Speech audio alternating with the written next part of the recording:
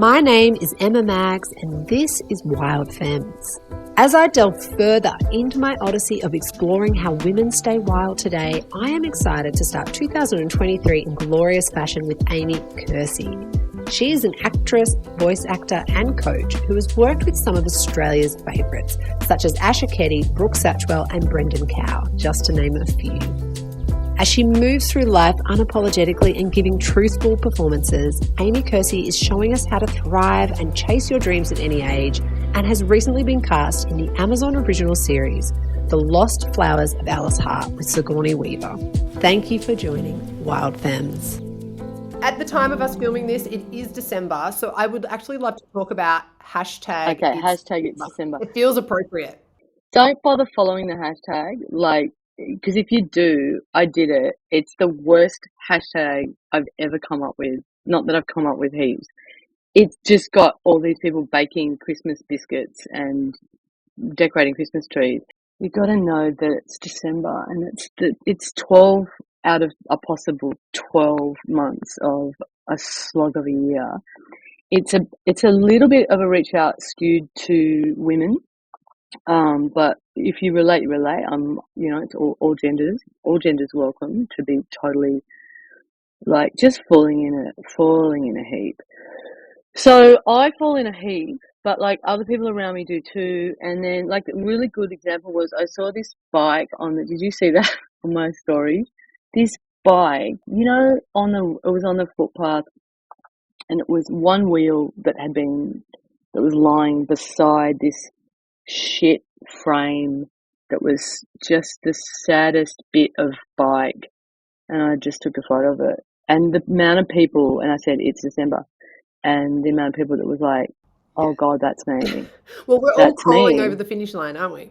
If you skip yoga, or if you go to the supermarket drunk, or if you, you know what I mean, it's fine. If you go, you know what, I'm not going to bake biscuits for my kids' Christmas party, class party.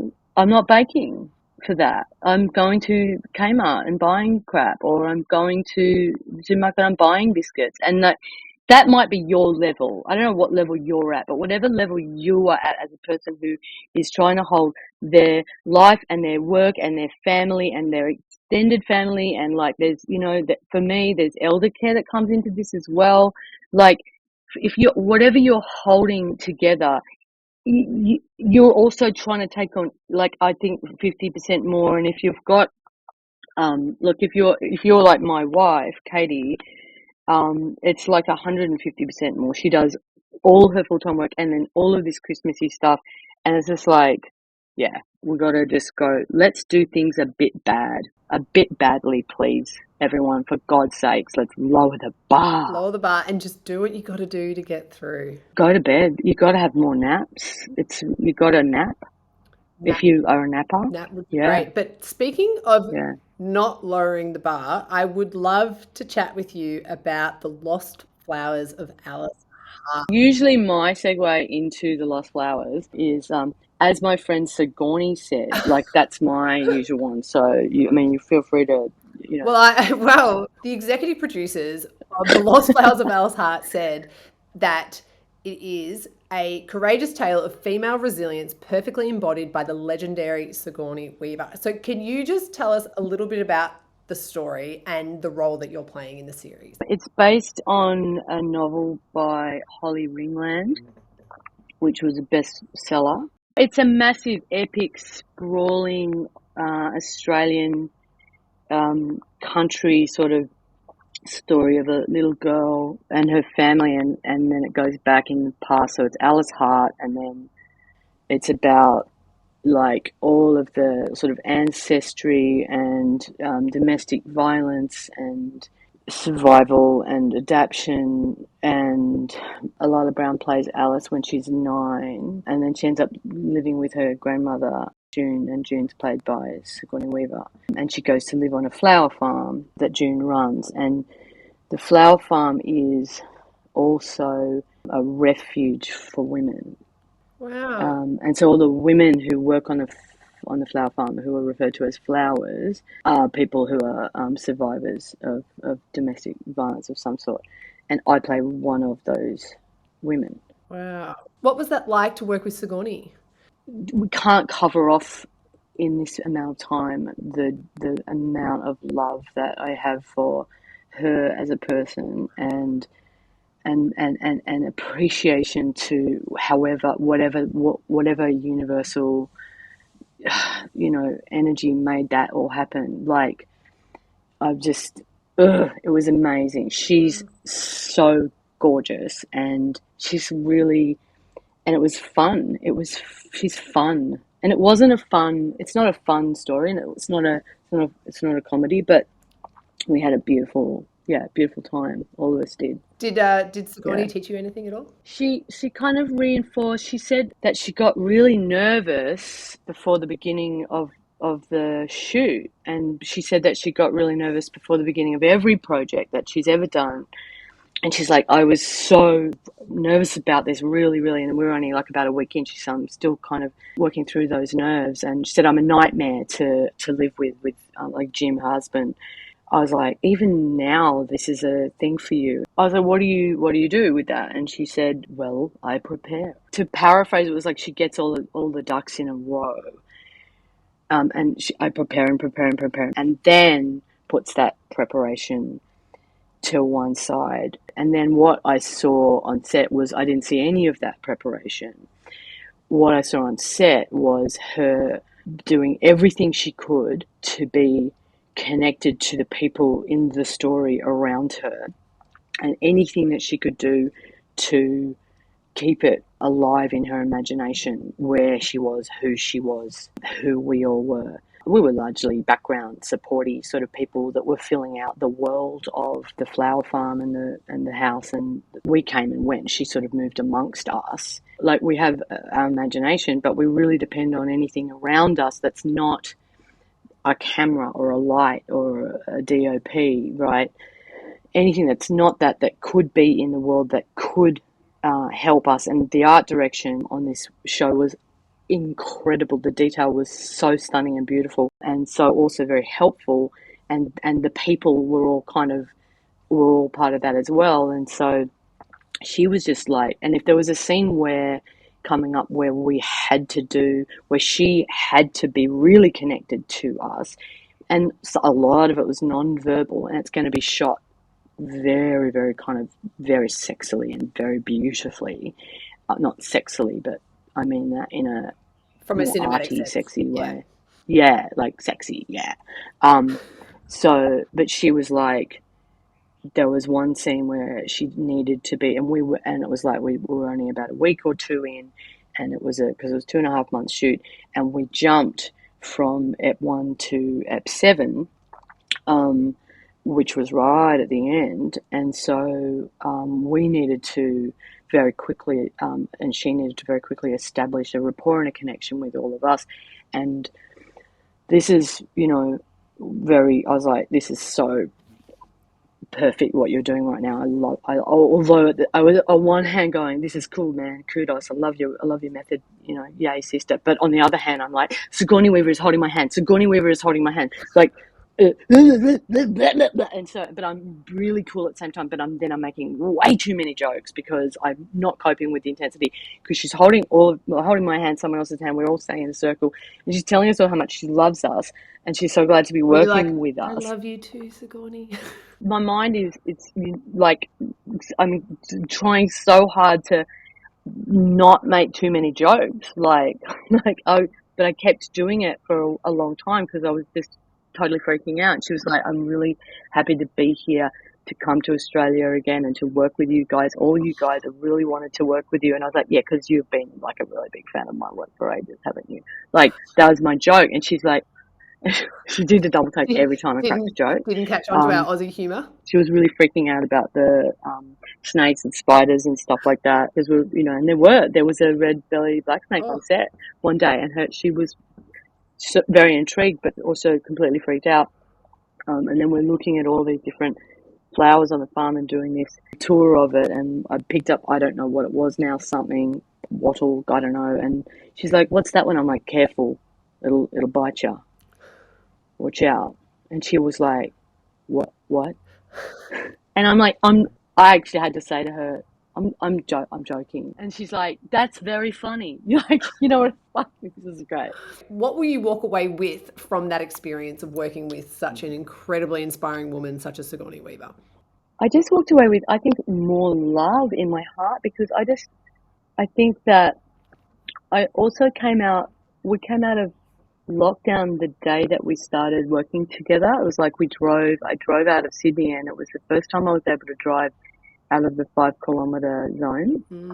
Um, and it was really weird. Like I'd been in lockdown with my wife and 2 children for months and then I just drove down to Bargo, an hour south of Sydney, and that was day one of meeting her, and we walked along together and chatted about stuff, and she was so nice, and it went on from there. And what happened was because I closed down my heart in that period of time, and in the couple of years before that, and I'm not crediting Sigourney Weaver with like a complete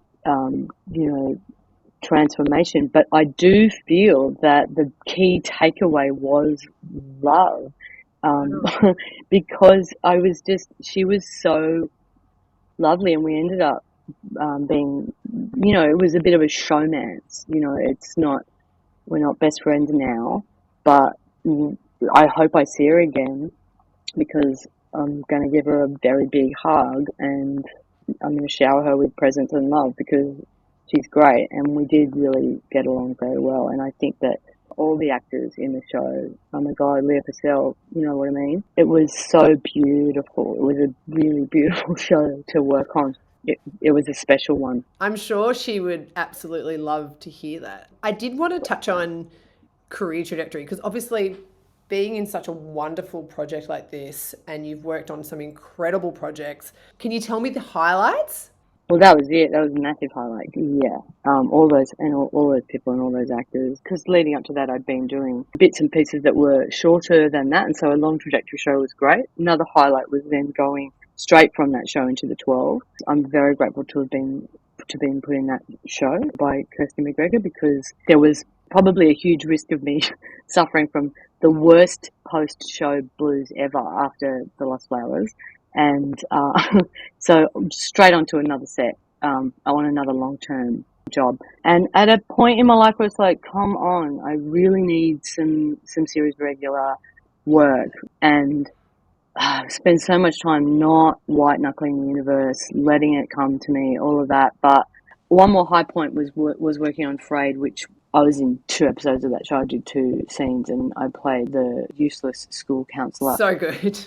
The amount of people that have said to me, were you improvising? Did you, right? I'm like, Sarah Kendall wrote every single word. And because I had actually thought that. Yeah, because she's amazing. And there was a gelling there that happened. Well, your delivery it felt like you and Karen at that point had become one. My mum, when she was working, was a counsellor and also crazy cat lady. And this woman you look at the set, again, the set design was amazing. Like, there's cats everywhere. And just, I really love playing narcissistic, like, fuck-ups who have just no self-awareness. I love playing people with no self-awareness. I love it.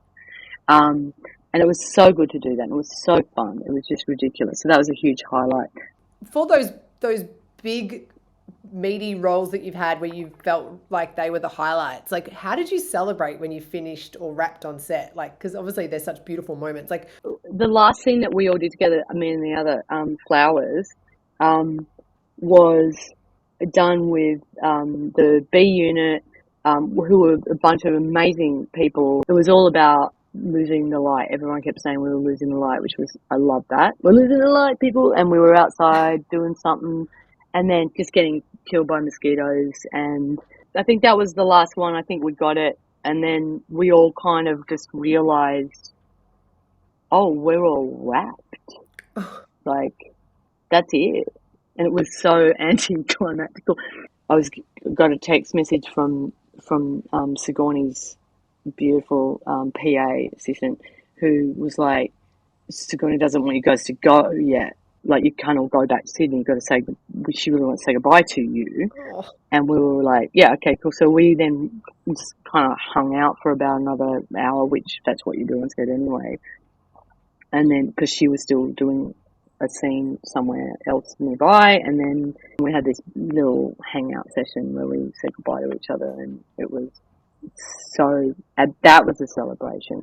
And then, very, very beautiful. I can't even, can't do it. Do actors ever stop and reflect on kind of their portfolio and think, wow, I have actually done some really, really It's cool weird. things? It's so, you can cut it so many ways.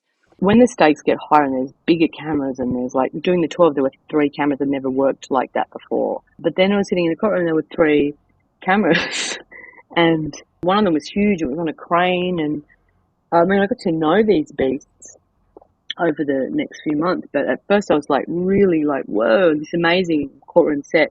And so I was playing the instructing solicitor to the barrister being played by Marta Dusseldorp, and she was like, she saw me looking around, she's like, there's another one behind you. She's like, it's a lot, I know. Well, I must say, you have to have thick skin. I know my friends that, you know, they get a lot of no's, a lot more no's than they get yeses. How do you handle rejection? Yeah, people who don't do acting can't believe how many times you go, you know, I've got an audition. And I've got a few tools, and I'm always working on that, because basically I am so lucky to continue to still be an actor. It is such a privilege. It is only because I'm being supported by my wife that it is possible. We've been together for 23 years, and she's just like helping me do it all the time. I have tried to clock myself every time the little inner voice gets a little louder. And when I first started doing it, I was actually shocked at how often it was running away with itself during the day. And so I've been trying to clock myself, and I set like little goals to like catch my little inner critic before it, you know, sends me into a spiral of unhinged moments. But you mentioned before you had some tools. What are some of the tools you use? It's kind of like the opposite of Amy Cuddy. She's like, get out there and be like big and make yourself big. Like, and I definitely do that. But like, this is like a quieter version to make of yourself it. Big. And I just go, I am here now. And I breathe and I say, I'm here now. Wendy Braun, guys, listen to her. She does really great actor inspiration. She does visualizations and meditations practice. It's incredible. So breathing and going, I'm here now. Big, deep breath. And then Brené Brown, like, who you are is enough. So it's like, it's always I'm here now, and who I am is enough. That's what you did before meeting Sigourney? That's what I did. And I was just Amy again, going, I'm Amy, she's a person, everything's cool. No one introduced us. Everyone was just sitting around eating lunch, and it was very informal. And then, so I just leant over, because I was like, I'm fucking got to get this out of the way. I went, hi, Sigourney, I'm Amy. And she was like, oh, hi. You know, it was like, let's just all be people and be who we are. Try and stay in that as much as we can. Well, not to bring up Sigourney again, but when you mentioned before how she told you that she gets nerves before a big project or before the first scene, did that actually make you feel a little bit better? Because you were like, I completely resonate with this, and this person who is so accomplished in her career has the same feelings that I get before a big project. Did that help you at all? On the one hand, I was like, that's interesting. And she was really choosing to share things with me, I feel. I think she's very careful with what she was sharing. I think she was deliberately trying to put me at ease. And I think she was deliberately trying to connect with me. And humanizing herself. Yeah. So what happened was I just went, I think that you're deliberately trying to connect with me, and let's just go with that. That's mainly what came out of it. But I get nervous before doing things, but if I don't do something that makes me nervous every month or two, then I feel like then my life's getting too safe, and that's a problem. Interesting. I like that. Now, you mentioned before guided meditations and visualizations. Now, a pillar of Wild Femmes that has become really apparent is something that I'm calling boo woo, which is Yeah, business woo woo. And I wanted to I ask love it. you if you had any practices or like any kind of magic you like to add to your craft to help you thrive. Yeah, so I listen to Wendy Braun. You can buy some of the downloads, and you can also get some of the downloads for free. It's a whole bunch of stuff. You can do there's lots of different levels of commitment and connection to her. It's been years now. I came across her and sort of have met her now online via AMAW, the Anthony Mindel Actor Workshop that I teach with and for in Sydney here. And so she sort of came via Tony, and I was like, well, that's a great recommendation. My meditation, such that it's fine, but I really just use it to try to put myself to sleep. Sleep is important. Wendy's stuff is tailored to the actor. The stuff that I listen to, it just sets me to rights in terms of it's a grounding and a heightening at the same time. So I'm anchored to who I am, but I also feel that I'm connected to a higher self, my higher self, and also everything that is out there that I don't understand, that then can get connected to the higher self and then get channeled into me, either via the work. And that's why acting's so great, and anything creative like that is so essential to us as humans, because otherwise we're just going to be only either grounded or just like sort of snuffling about, I think, in the dark. You have two kids with your wife, Katie, and I would just love to learn a little bit about your family. You mentioned in an offline conversation that you co-parent with another gay couple, and I was wondering if you could tell us how that story actually came about because it's really beautiful. We met Mark and John because time was a wasting for us. After a little bit of a big wasting time failure period of time with trying to make babies. And so then we're like, Jesus Christ, we need some sperm. And so we didn't just need sperm. See, what we wanted was we wanted dads. So we wanted an arrangement where we were the primary carers, but there were dads that were there on the scene, that were every second weekend, like those sort of divorce splits in a way, but obviously not Yeah, co-parenting. divorce. So that's what we wanted. We wanted dads. We didn't want uncles. We didn't want anonymous. We wanted that. So that's a big ask. Mm. And it's also, we want dads and we want them now because we were both late 30s. And so we found them through a gay parenting group. Oh, amazing. They weren't gay parenting, but they knew lots of gay parents. And Katie kind of thought, well, you know, who's going to know people who want to be parents? We wanted to meet people who wanted to be parents. And probably these, you know, the rainbow families those guys will know they'll have some friends that want to be parents. And that's what happened. Isn't that glorious though? Like you literally put it out to the universe and now your children have fathers as well, which is just Yeah, it was, it was amazing. It was an amazing time. And so, yeah, and we hung out with Mike and John, got to know them for about a year or so. And then they were like, that's enough time. And, you know, worked out what everyone wanted as well and drew up. I mean, I'm just kind of bragging about how great it was, but it was really all Katie did everything. Really, communication is so important. And it's difficult when you're doing it with some people who we're not heaps similar, like, you know, and we're not married to each other. We're family now. God damn it, we love each other so much now. But we have worked so hard on that.